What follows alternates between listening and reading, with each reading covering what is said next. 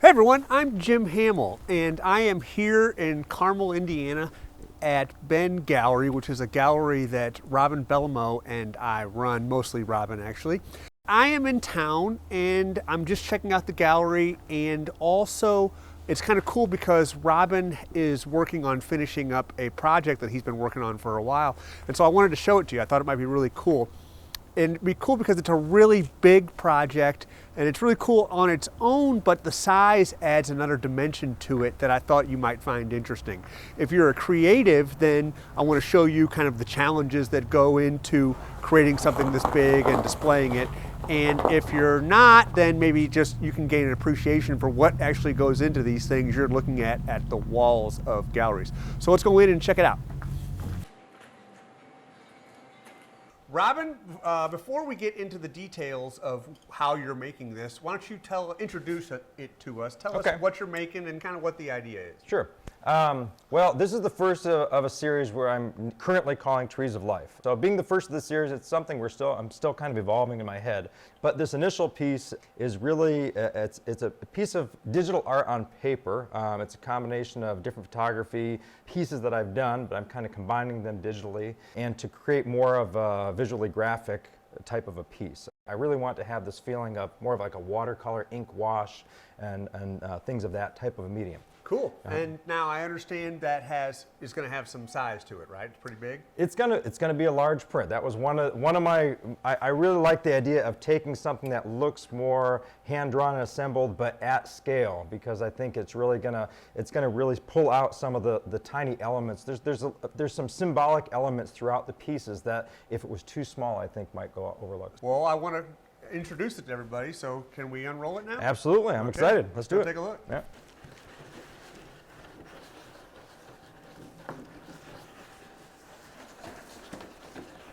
Still going. So wow, this does have some size. So how big is it again? 126 across, if I remember right, by about 41, a little over 41. And the reason I'm saying that is we did the frame it's going to go on is 120 by 40. And it's just going to exceed those edges. Let's talk about some of the challenges you faced in creating something this size. Going into the digital file itself, like, did that present any challenges making something, this big? It did. Part of my goal was to create not only something big, but something that retained a high resolution. So you could get up close on it and you could still see really fine detail. A lot of times when things are printed big, they're not intended to be right up on them, right? Okay. So you can get away with expanding pixels and it doesn't look like it. But in this case, I wanted to have that. So, well, before you go on, that's a really good point, and maybe I should explain something because we're going to have people watching this that are some that do this every day, that's right. Are familiar with Photoshop, and some that don't do it at all. But just add some context. So let's say a normal digital camera somebody buys is probably something like 24 megapixels, which is 6,000 pixels long by 4,000 pixels tall. Right. And then the cameras put that as so many pixels per inch. Right. And I think most high quality printing is done at 300 dots per inch. So that's right. I assume that's what you were trying to achieve. That was kind of my standard, exactly. So if you're doing a normal camera, and yours is probably more, of course, but a normal camera would be 6,000 pixels long by 300 pixels per inch. So you're looking at something like 20 inches coming out of the camera. Right. You're over 120. Yeah. So how are we getting from 20 or so, maybe 30 out of your camera, to 120? Right. So because this was a bit of a composited piece where I was taking pieces of photographs, et cetera, what I really started with is a blank canvas, a digital canvas. And I was going to do it to full scale, but the file was getting just too big to even start working with because that'll slow everything down. So I knew that in the process, I have a piece of software that does a really good job of interpolating and expanding and maintaining the integrity pretty well. So, but I didn't want to stretch it too much. So you're not just using Photoshop, you were using something? I used another piece of software as well. I was using, Topaz has a plugin called AI Gigapixel. Okay. And I use that with a lot of my other prints that I've made. Many of these pieces came together separately. That makes sense. So you're basically resizing these pieces to a 60-inch backdrop, and then I assume you expanded. Once you got it all done, then you expanded from there? Yeah, pretty much. So I assembled it all into that original file type, and then I had to, once I was about done, then I said, okay, now I'm going to put this into my interpolation software, and I'm going to blow it up to full size to see. And I did this even before I finished the piece because I was like, if this doesn't work, I'm going to have to go back to square one. But by doing that, I was able to get it there and say, okay, this is maintaining its integrity. Is there a way to check as you're going along, like, okay, does this look good? Does this not? When I print this, without printing the whole thing off, which you don't want to do, of course, but could you print smaller areas and then say, is this going to look okay? Or? Yeah, absolutely. I did that.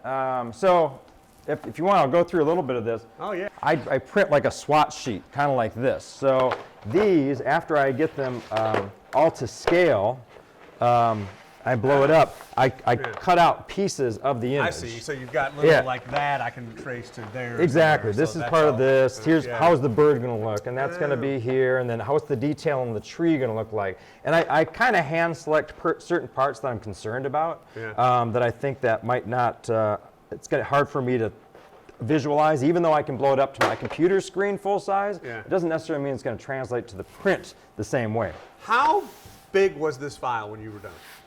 By the time I compressed it, well, you made a JPEG. Time I expanded it, and then I converted it to JPEG. It was about a 1.3 gig JPEG, which is this is insane. And I tend to want to overkill things. I mean, I'm sure that there'll be critics that'll say you didn't need to do that, and I always like, well, what if I want to go even bigger? I don't want to recreate it again.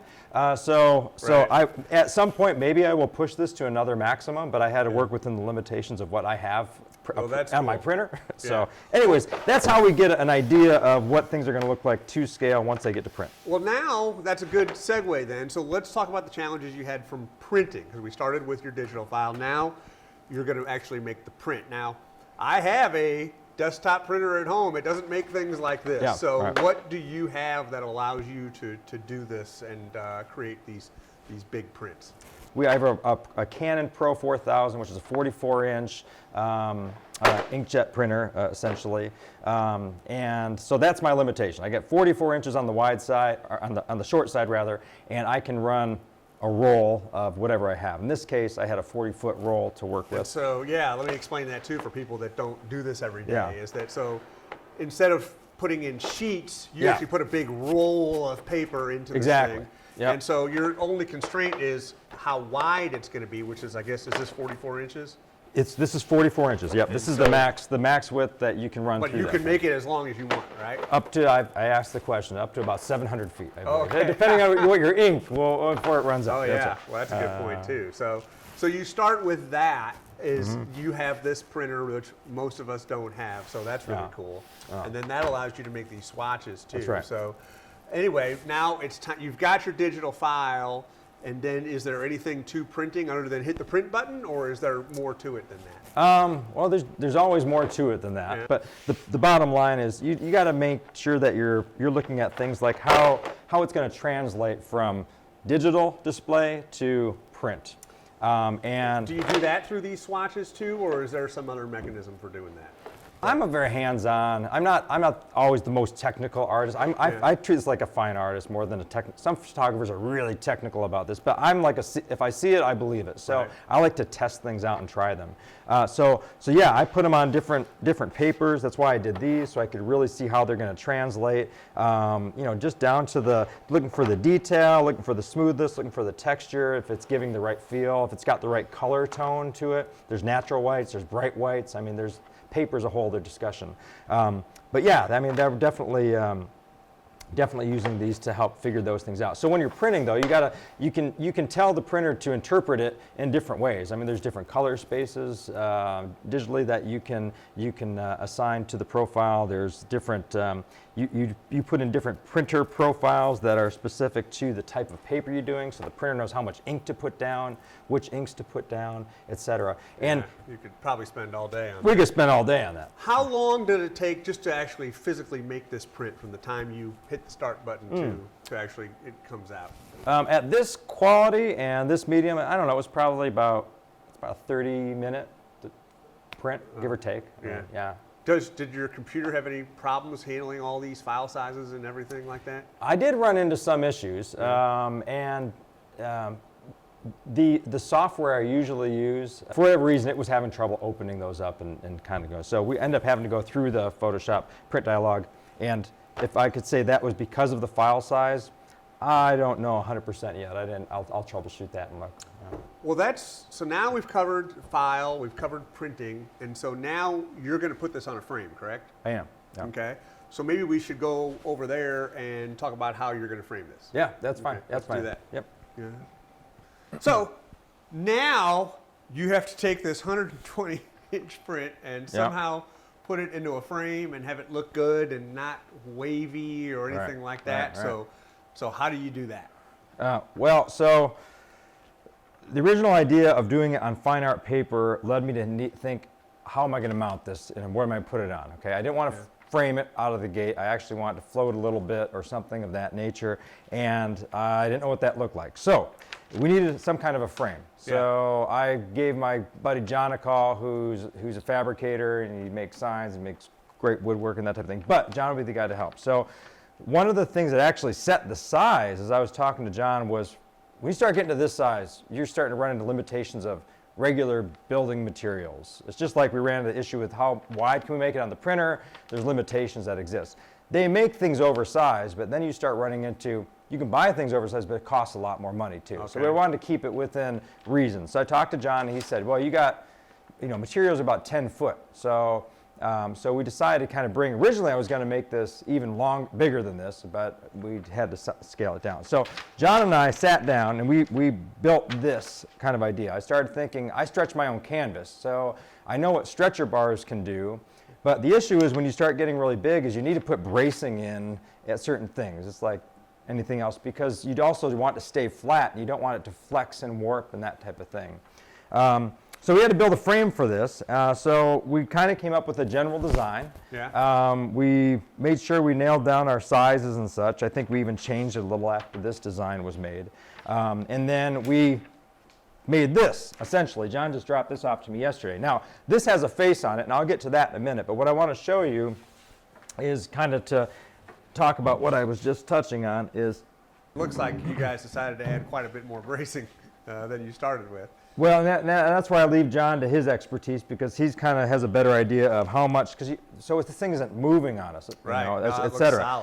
So what we did, and originally I wasn't even sure we were going to put a face on it. I was trying to think, will we just mount it to the beams? Is that going to be enough?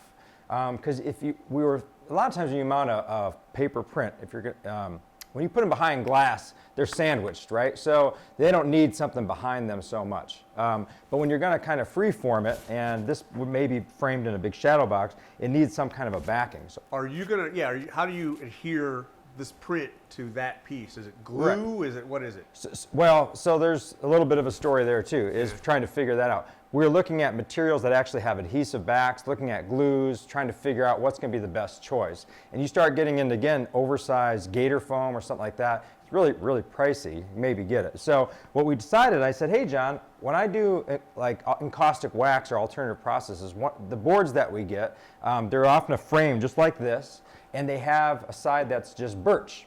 And I said, what if we put birch on the face, and we actually found it super cost effective. You can get big sheets of birch for about 12 bucks. And that's what we ended up doing here. And John said, well, that's going to work pretty well, because even though we can't get a piece that's that big, it's pretty easy for us to join them, is what he did here. He had to add a centerpiece here and join them and get this hyper smooth. So then one of the next steps to get this on is figuring out what kind of glue or paste are we going to use to get on this. So right now I did a test with an acid-free artist paste glue. I think it's called Yes, which hopefully has enough hold. And I talked to my framer. So we're using that type of a glue that will squeegee onto the surface. And then with 2 or 3 people, we're going to have to center and slowly smooth this thing out. So I took one of my swatches and I asked John for a piece of birch that would kind of mimic what we're doing, because ultimately I wanted the print to overhang a little bit, and I did that for a couple reasons. I wanted that feel of that float, but I'd kind of like if the edges end up curling a little bit, or they move on their own, just to kind of have a little bit more of that natural feel about them. Also burning edges and things like that. I'd give me some flexibility. So we pasted it, same thing. Squeegee the material, the glue right to the back of this or the other side, and then just push this print, and then had to kind of smooth it flat. And I'm pretty happy. It seems to be holding real well and nice and flat. So that's exactly what we're going to do here with this. How do you envision then somebody taking this once you have it all put together with this, the print on the piece and the edges done like you want? Like, is somebody going to just hang this on the wall as is? Are they going to try to put a frame around the whole thing? Or what do you anticipate there? Well, it's a great question, because that's going to be a big challenge. I thought, you know, when you make art like this, you think, well, what if somebody buys it? You know, if they really want it, what are they going to do with it? So there's really going to be one of a couple of options. One, we could, if it's going to stay in this form, on this type of a frame. Yeah, it seems like that'd be okay. I mean, if you just burn the edges like you said and have them hang over a little bit. I mean, lots of stuff these days has sort of a float frame, and the piece just sits as is. So is that one of the options? Yeah, so basically it's almost like a shadow box. They build around it. It has its own frame that extends, and then it has a piece of plexiglass that goes in front of it. Okay. So the big challenge with this piece is, again, they don't really make glass that size normally, so you have to special order that, and then I think there's a company in Chicago. Do you have to put glass on it? Could you put some kind of sealer on it? You don't. So these will get sealed with, there's a spray that kind of makes them scratch, UV resistant, all that. Honestly, I'm trying to explore in this series with some different lacquers, which I don't have that to show you yet. I'm working on that, to see if we can actually get some type of a sealer that would hold up, just like we do canvas or metal prints. Those can hold up without any glass or protection. Now, another thought, because it's paper, is these could be created in a way that we would actually just go to more of a traditional framing and actually sandwich with glass. We print them that way too. So we'll present some options, you know, as we go on, but that's kind of where I'm at in the process right now. Well, very cool. I think this really shows people kind of what goes into this process if you're someone that is interested in creating this sort of thing yourself, or if you're just interested in art, you can kind of see how the sausage is made, right? And so when do you anticipate that this will be done and hanging on the wall in the gallery?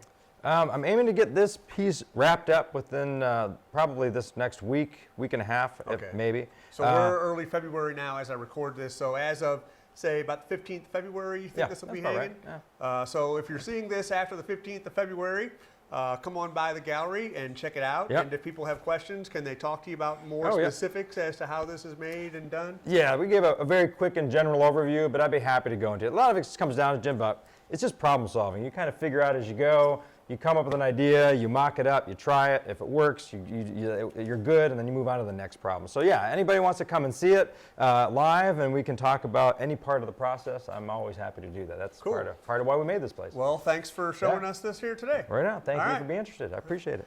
Well, see y'all later. If you want to check it out, come by Behn Gallery, and Roben will be happy to walk you through it, show you whatever you like. So, see you later. Take it easy. Thank you, Jim. Thanks, everybody.